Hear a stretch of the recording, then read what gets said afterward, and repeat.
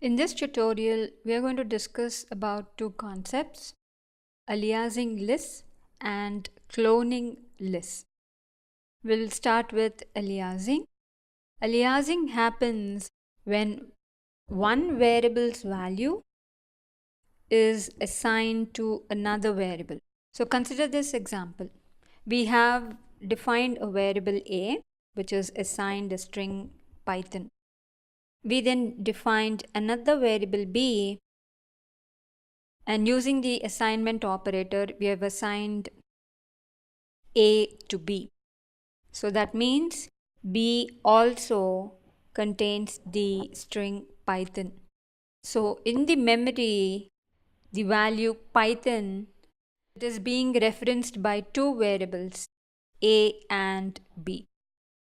Now, I change the value of the variable A. So I'm now going to assign another string to the variable A.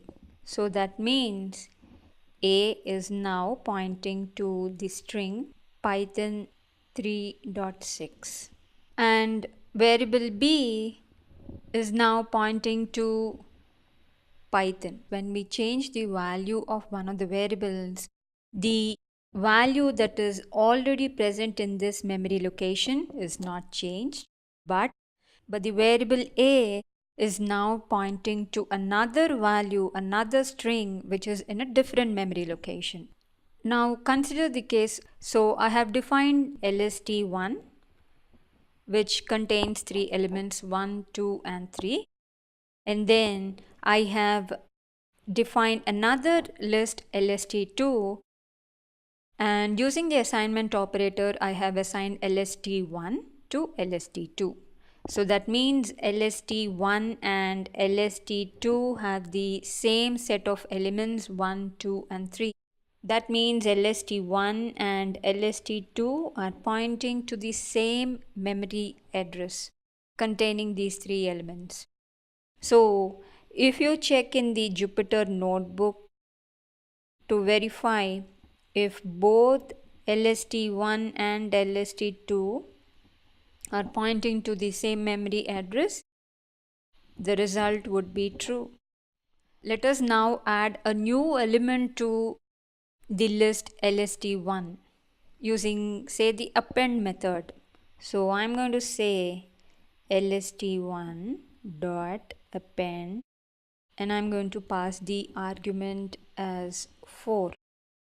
That would change lst1 to 1, 2, 3 and 4.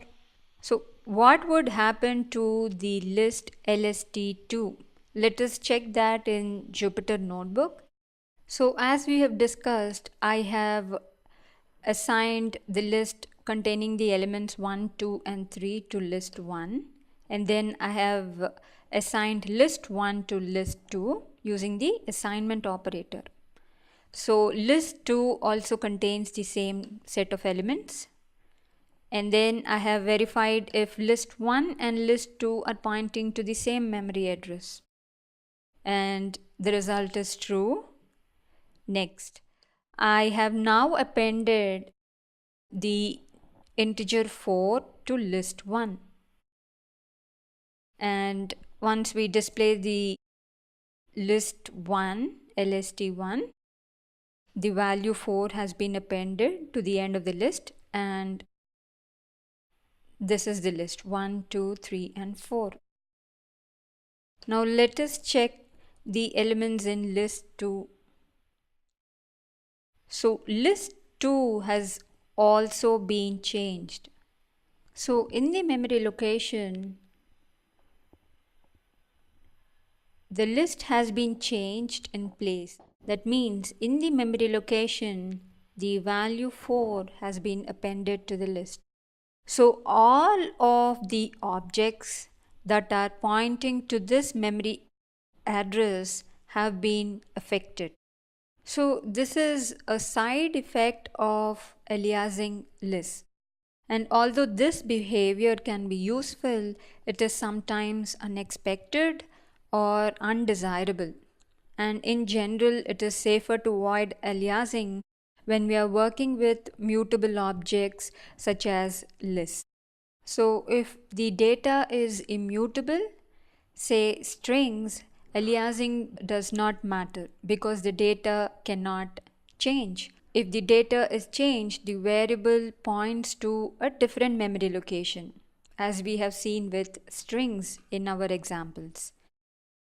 In case of lists, because lists are mutable, aliasing can cause unexpected results.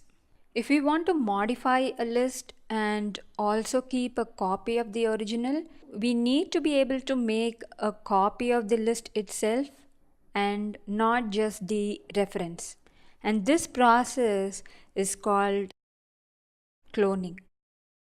Sometimes we may not want to make a reference because a copy works better. So let us see how lists can be cloned. So here we have a list LST1 containing 3 elements 1, 2 and 3. And if we slice this list from the beginning to the end of the list, we make a new copy of the list. So let us create a new list LST3, and this LST3 is a copy of LST1. And if we do not specify the first and the second index numbers and only give the colon, that means the list LST1 will be sliced from beginning to the end of the list. So list 3 would now have the elements 1, 2 and 3. So we have two lists LST1 and LST2, and they're pointing to two different memory addresses containing the same set of elements. So let us now see this in the Jupyter notebook.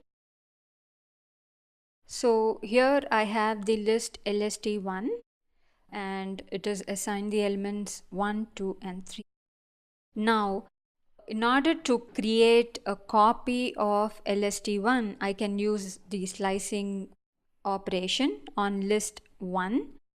So slicing the list LST1 from the beginning to the end of the list would create a copy of LST1, and this copy is called LST3. So I've displayed this list LST3.